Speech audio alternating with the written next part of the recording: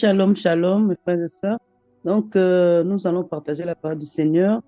Donc, nous allons prendre Éphésiens 1, nous allons lire le 3 jusqu'au 5. Voilà. Béni soit Dieu, le Père de notre Seigneur Jésus-Christ, qui nous a bénis de toutes sortes de bénédictions spirituelles dans les lieux célestes en Christ. En lui, Dieu nous a élus avant la fondation du monde pour que nous soyons saints et irrépréhensibles devant lui. Nous ayons prédestinés dans son amour à être ses enfants d'adoption par Jésus-Christ selon le bon plaisir de sa volonté. Nous allons prendre le psaume 139, le 1, nous allons lire jusqu'à 4. Éternel, tu me sondes et tu me connais. Tu sais quand je m'assieds et quand je me lève, tu pénètres de loin ma pensée. Tu sais quand je marche et quand je me couche, et tu pénètres toutes mes voies. Car la parole n'est pas sur ma langue, que déjà, ô Éternel, tu la connais entièrement. Voilà, moi je voulais parler de notre Seigneur. C'est notre Seigneur, il est tellement amour que tout ce que nous avons, le souffle de vie, c'est ça grâce à notre Seigneur. Nous devons l'élever, nous devons toujours lui montrer que nous sommes là, nous montrer que lui aussi, il est notre force. Lui montrer que sans lui, nous sommes rien, que sans lui, nous avons rien. La vie sans notre Seigneur, nous avons rien. Nous ne pouvons pas vivre sans notre Seigneur. Que le souffle de vie, là, c'est grâce à lui, que nous devons toujours l'encourager, que nous devons toujours être dans la prière, en communion toujours avec notre Seigneur. Et grâce à ça, notre Seigneur nous fera aussi montrer ses merveilles. Il sera là aussi avec nous dans notre vie, même si on a des situations, on a des problèmes, tous des problèmes, hein, qu'on ne peut pas oublier que notre Seigneur est là. On a des problèmes, on peut compter sur notre Seigneur, même si ça tarde, mais nous comptons toujours sur notre Seigneur, toujours lui motiver, être dans la motivation de prier, de montrer à notre Seigneur qu'il est vivant, de montrer à notre Seigneur que lui, le seul qui peut nous faire du bien dans nos maisons, avec nos enfants, avec nos familles, que nous pouvons toujours compter sur notre Seigneur. Il connaît tout de nous, il connaît tout de nous, même quand on pense, il peut nous aider. Hein? De penser, toutes ces choses-là, que notre Seigneur est notre modèle. Comptons toujours sur lui, comptons toujours sur notre Seigneur. On ne peut pas vivre sans notre Dieu. Donc, le matin, on se réveille, on a vraiment la joie de prier, de parler avec notre Seigneur avant de dormir, de confier notre journée à notre Seigneur. Et notre Seigneur, il prendra toujours soin de nous. Et notre Seigneur nous gardera toujours. Voilà, mes frères et sœurs, je vous laisse avec ce petit message-là. Comptons toujours sur notre Seigneur. Et c'est notre Seigneur qui est vraiment il est tout pour nous, notre Seigneur. Voilà, je vous laisse. Bonne journée. Ok. Alors, je vais partager aussi un verset. Donc, je vais partager sur un thème, sur entraîne-toi avec les membres de ta famille. Et pour cela, nous allons partager un verset. Mais avant tout, donc, j'aimerais simplement nous exhorter en disant que il y a un moment où notre entraînement fera en sorte que nous puissions être éveillés, nous puissions être debout face à toutes sortes d'hostilités, face à toutes sortes de pressions. Il y aura un moment où peut-être on n'aura plus le temps, on n'aura plus l'authentique Bible. Donc, puisque On entend par-ci, par-là que ça va être réformé, ça va être réécrit. Donc, du coup, on n'aura plus la vérité, puisque la vérité va être corrompue. Donc, c'est pour ça que il est important de nous imprégner de la parole de Dieu. Pourquoi? Parce que cela permettra à ce que, même si la vérité, elle est tronquée, même si elle est écorchée, mais en nous, nous avons la vérité, puisque nous avons avalé la vérité, parce que nous avons habitué notre corps à s'imprégner de la vérité. Ça, c'est un.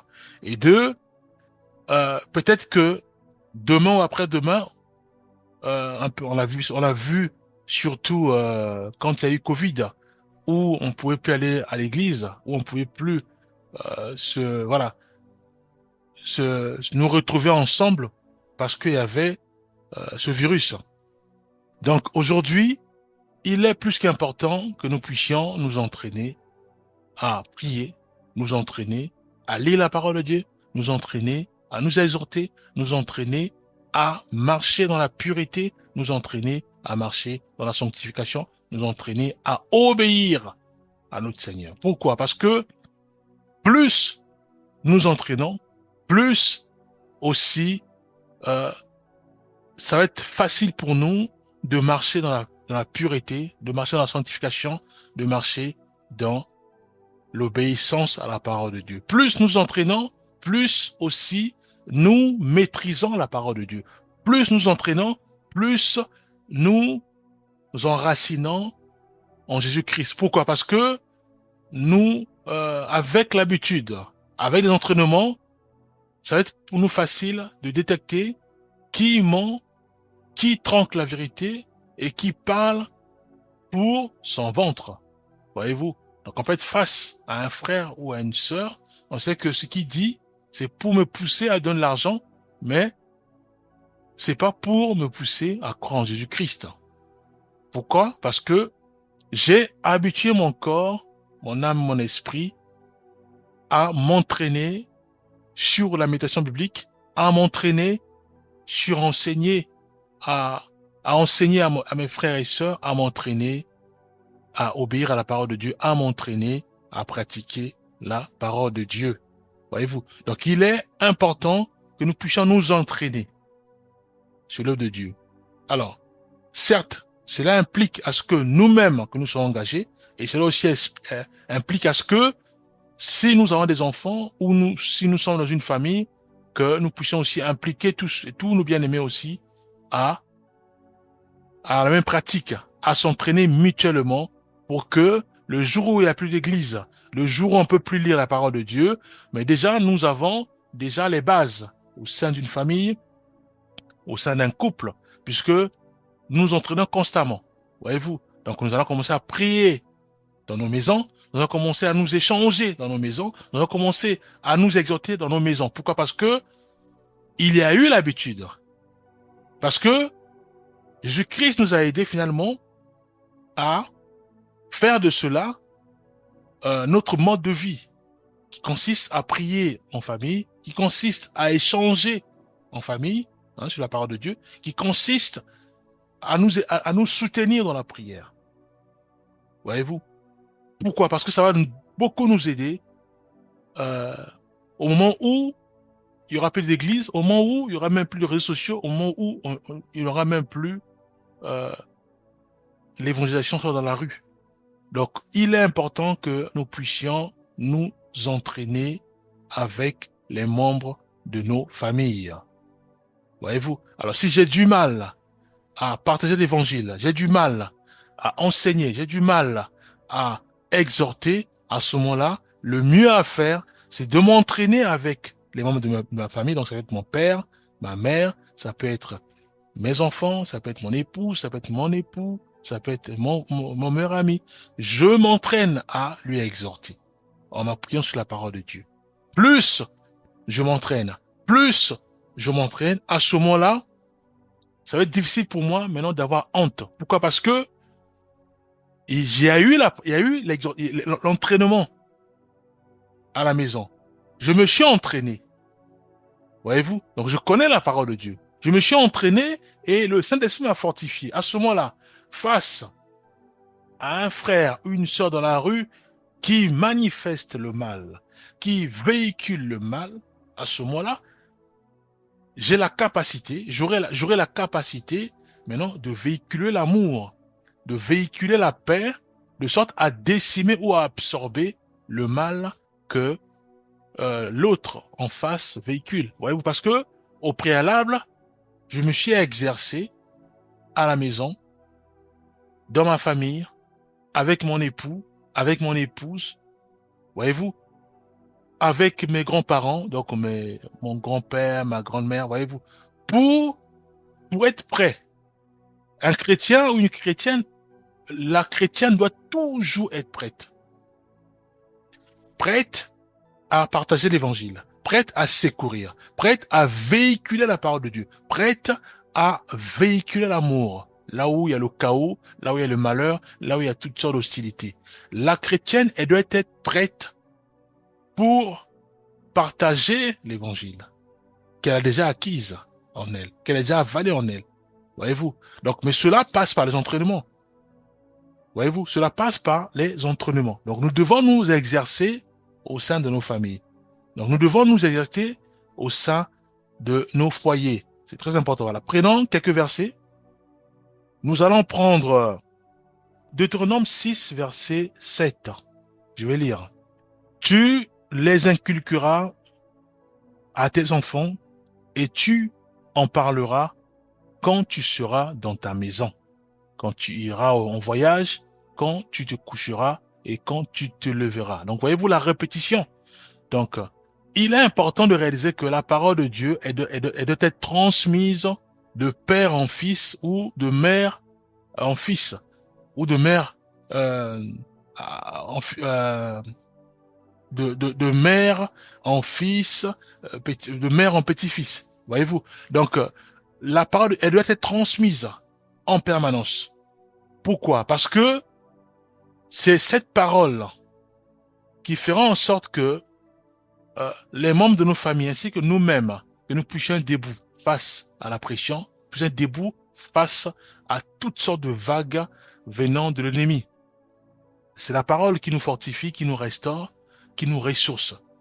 C'est elle qui fera en sorte que, face à la tristesse, la parole est là pour éradiquer la tristesse, enlever la tristesse, pour laisser la joie, pour laisser la paix et l'amour.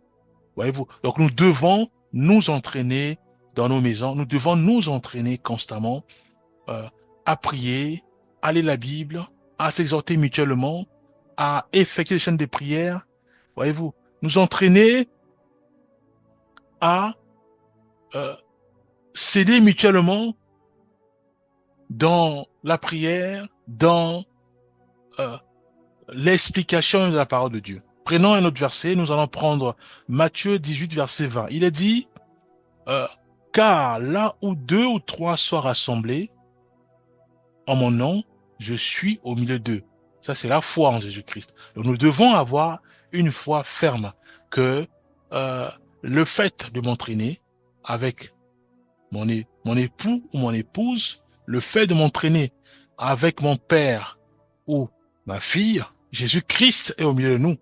Dieu est au milieu de nous et il va nous aider à comprendre mieux la parole de Dieu. Il va nous aider à mieux prier. Il va nous aider à ne plus avoir honte quand nous serons dehors face à un frère ou à une sœur qui recherche la paix, qui recherche l'amour. Voyez-vous, nous devons nous entraîner. Pourquoi? Parce que cela permettra à ce que nous puissions mieux connaître la parole de Dieu. C'est comme un musicien. Alors, certes, il voit son collègue jouer au piano, mais lui, il ne connaît pas jouer au piano. Et comment il fait pour comprendre ou comment il fait pour mieux jouer le piano? Il est obligé de s'entraîner sur l'instrument, le piano. Donc, plus il s'entraîne, plus il acquiert de la connaissance. Plus il s'entraîne, plus il va connaître maintenant comment jouer sur l'outil, sur le piano. Voyez-vous, c'est logique. Donc, plus je m'entraîne à la maison à exhorter mon père, ou à exhorter mon fils, ou à exhorter mon époux, ou à exhorter ma mère, plus je m'entraîne, plus le Saint-Esprit va m'aider maintenant à acquérir de la connaissance. À ce moment-là, il y aura des cas où déjà, vu que j'ai déjà de la connaissance pour traiter par ce genre de cas, à ce moment-là, j'ai des versets qui vont sortir. Pourquoi? Parce que j'utilisais souvent ces versets quand je m'entraînais avec mes parents. Je prends un cas d'un frère qui est alcoolique. Le frère veut sortir de l'alcool, mais il n'arrive pas. Or, moi, avec mes parents, moi avec mon époux, moi avec mon épouse, nous nous sommes entraînés sur ça. Ça veut dire que j'ai au moins de la connaissance. J'ai les versets pour aider ce frère réellement à s'appuyer sur Christ et à se débarrasser de l'alcool. Pour que Dieu l'aide, qu'il soit délivré de l'alcoolisme, voyez-vous.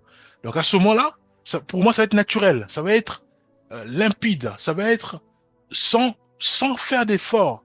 Je commence à encourager le bien-aimé, pardon, qui est drogué, qui prend du champ, qui prend de l'herbe, qui est prostitué. Voilà, ça va être naturel pour moi. Pourquoi? Parce que je me suis longuement entraîné avec mes parents.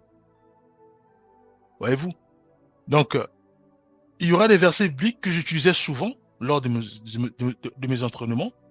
Et ces versets vont commencer à consoler, à fortifier ce bien-aimé. La liste est longue. Ça peut aussi être simplement moi-même. Je suis face à des épreuves ou face à des tribulations où vraiment tout est bloqué. Je sens que tout est bloqué. J'ai du mal à en sortir. Ça peut être des problèmes financiers. Je n'arrive plus. Comment faire pour gérer des charges? Je suis bloqué. Voyez-vous? À ce moment-là, il y a toutes sortes de pensées qui, hein, les pensées du mal et du diable Satan, qui nous envahissent. À ce moment-là, alors est-ce que je me laisse entraîner par ces pensées? Non. Pourquoi? Parce que comme j'ai déjà de la maturité, je me suis tellement entraîné avec mes parents, à ce moment-là, ça va m'aider à garder ma foi en Jésus-Christ. Voyez-vous? Donc, je vais commencer à rechercher, à glorifier le Seigneur, à adorer le Seigneur, à louer le Seigneur, pour chasser les pensées euh, négatives qui m'assaillent, qui me dérangent. Alors, mais pour arriver à cela, il a fallu que ce frère ou cette sœur puisse réellement s'entraîner avec ses parents. Voyez-vous? Donc, il est important que nous puissions nous entraîner à l'élément de nos familles. Alors, prenons aussi Colossiens 3:12. Revêtez-vous donc comme des élus de Dieu, saints et bien-aimés, de sentiments de compassion, de bonté, d'humilité, de douceur, de patience. Voilà. Donc tout ça, le fait de lire la Bible, le fait de s'entraîner avec mes parents, voilà. Tout ça révèle que j'ai de la compassion, j'ai de la bonté, parce que j'exhorte à mon père, j'exhorte à ma mère à véhiculer l'amour, à ne pas s'énerver, à véhiculer la joie. Voyez-vous? Donc cela montre qu'il y a de la patience, montre qu'il y a la bonté, montre qu'il y a l'humilité, montre qu'il y a la douceur, montre qu'il y a la compassion. Mais Dieu nous appelle réellement à nous revêtir de ces ingrédients-là, à nous revêtir ces qualités-là, voyez-vous? Donc, plus je m'entraîne, plus j'accomplis simplement. Colossiens 3:12, 1 Corinthiens 16:14 dit que tout ce que vous faites soit fait avec amour. Alors, prenons Éphésiens 2, verset 10. Car nous sommes son ouvrage, ayant été créés en Jésus-Christ pour de bonnes œuvres que Dieu a préparées d'avance afin que nous les pratiquions. Voyez-vous? Donc, le Seigneur nous appelle simplement à rentrer pleinement dans notre vision, dans notre mission, qui consiste simplement à véhiculer l'amour, à véhiculer ce qu'on appelle les bonnes œuvres, c'est-à-dire que l'amour, la joie, la paix, la bienveillance. Voyez-vous? Et cela se fait, premièrement, en pratiquant, en exerçant d'abord avec nos parents. Et plus je m'exerce, plus la connaissance qui inonde mes pensées, plus je m'exerce, plus il y a aussi de l'expérience, plus je m'exerce, plus le Saint-Esprit commence à m'aiguiller, à m'orienter, à m'ouvrir les yeux, à m'ouvrir encore l'intelligence. À ce moment-là, face à un frère qui pleure parce que il a faim, à ce moment-là, mais moi, qui détient maintenant toutes les billes. Hein, je suis maintenant outillé, ça va être moins facile de l'encourager, de le fortifier, à ne pas pleurer, mais à compter que sur Dieu.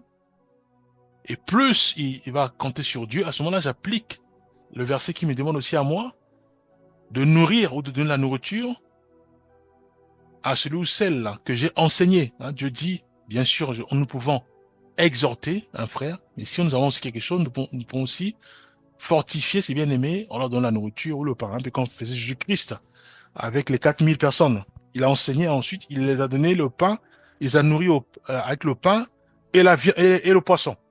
Alors prenons un autre verset, prenons Colossiens 3, verset 13.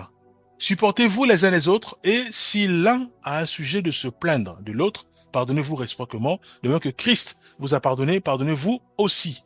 Alors ici, Dieu nous fait comprendre ceci, que lors de nos entraînements, il y aura peut-être soit des incompréhensions, voilà, beaucoup de choses. Nous devons réaliser que Dieu nous appelle déjà à comprendre l'autre et aussi à pardonner. Hein. Si, par exemple, il y a une parole que j'ai pas aimée, Dieu m'appelle, moi, à supporter et à pardonner automatiquement. Voyez-vous. Mais cela ne doit pas être des freins ou faire en sorte que nous puissions arrêter de nous entraîner. Non, nous devons au contraire nous entraîner constamment dans la maison. Ça peut être des sujets où je suis par exemple un prostitué. Toi, tu dois venir m'encourager, me fortifier à ne plus se prostituer. Donc forcément, en face, il va commencer à sortir des phrases, des mots. Voilà. Donc moi, je dois jouer le jeu parce que je dois aussi acquérir de la connaissance de mon fils ou de ma fille qui m'exhorte, hein, qui joue le jeu. Voyez-vous? Et vice versa. Et moi aussi, je peux, voilà, prendre le rôle d'un frère qui exhorte, par exemple, une personne, par exemple, qui n'a pas de toit, qui dort dans la rue. Voyez-vous? Alors, tout ça, c'est l'entraînement. Ça se passe à la maison. Donc, nous devons nous entraîner avec nos enfants. Nous entraîner avec les membres de nos familles. Nous entraîner constamment. Voyez-vous? Et cela, ça doit être fait avec sérieux. Fait avec sérieux. Pourquoi? Parce que, puisque derrière, nous tirons instruction. Derrière, nous recevons la sagesse. Voyez-vous? Et à ce moment-là, ça doit rester en nous. Pourquoi? Parce que, dehors, face à un frère qui est déprimé, pour nous, ça va être facile de l'encourager, de le fortifier, afin que la joie de Christ continue à résonner dans son cœur.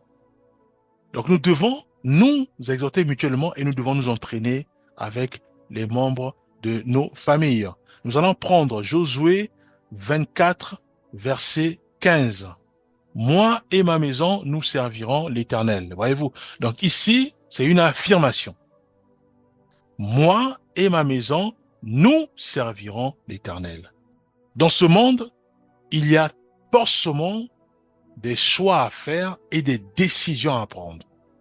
Il y a certains qui ont choisi de servir le diable, qui ont choisi d'aller dans les clubs, dans toutes sortes de clubs lucifériens.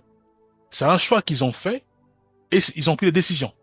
Nous avons fait notre choix à nous, qui consiste simplement à suivre Jésus-Christ. Nous avons pris des décisions qui consistent à être comme Jésus-Christ. Voyez-vous?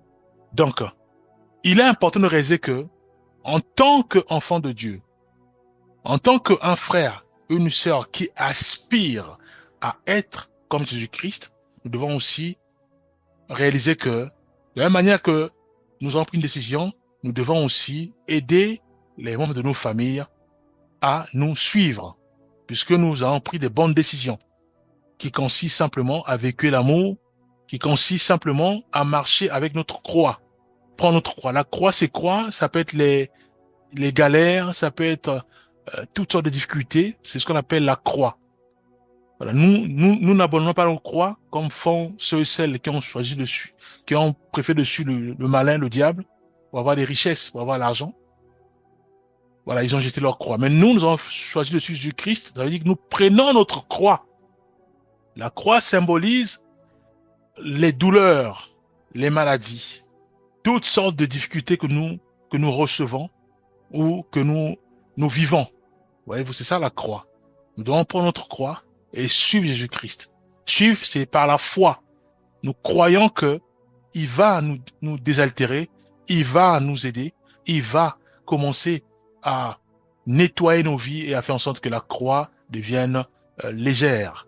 C'est Jésus-Christ seul qui nous aide. C'est Jésus-Christ seul qui nous aide. Seul Jésus-Christ. Voyez-vous? Donc c'est pour ça qu'il est dit, moi et ma maison, nous serons ainsi. Donc nous devons faire en sorte que nos enfants puissent recevoir Christ. Faire en sorte que nos parents puissent recevoir Jésus-Christ. Que la parole de Jésus-Christ puisse rentrer aussi dans les cœurs et dans la vie de chaque membre de nos familles. Et cela passe par les entraînements. Nous devons nous entraîner dans nos maisons. Alors prenons un dernier verset. On n'a plus le temps. Prenons Proverbe 22, verset 6. Instruis l'enfant selon la voie qu'il doit suivre. Et quand il sera vieux, il ne s'en détournera pas. Voyez-vous donc ici, la conséquence d'enseigner à nos enfants, la conséquence de leur montrer le chemin, c'est que quand ils vont être vieux, à ce moment-là, tellement que c'est ancré en eux, face à la pression, face à la famine, face à la pauvreté, ils ne pourront jamais servir le diable. Ils ne pourront jamais rentrer dans les clubs ou dans les loges. Ils ne pourront jamais véhiculer le mal. Pourquoi? Parce que toute leur vie, ils sont entraînés à véhiculer la joie, à véhiculer le bonheur, à véhiculer l'amour, à obéir à la parole de Dieu, à marcher dans la sanctification, à pratiquer et à vivre selon la parole de Dieu. Voyez-vous? Donc, la parole de Dieu dit que quand il sera vieux, il ne s'en détournera pas. Voyez-vous? Donc, face à la pression, ils pourront jamais changer de chemin. Ils pourront jamais changer de maître. Parce qu'ils ont déjà fait leur choix qui consistait simplement à suivre Jésus-Christ et à être comme Jésus-Christ. Voyez-vous ce que je tenais à partager aussi? Nous allons prier. Père, nous remettons entre ta main nos vies. Fais grâce. Fais grâce que nos vies, Père, continuent à produire des fruits pour ta gloire. Que nos mains continuent à produire des fruits pour ta gloire. Toi, le Dieu d'Abraham, d'Isaac et de Jacob. Permets à ce que tout en nous manifeste et glorifie ton nom. Que tout en nous, Père Céleste, produise des fruits pour ta gloire. Au nom puissant de Jésus-Christ, nous avons ainsi prié. Amen.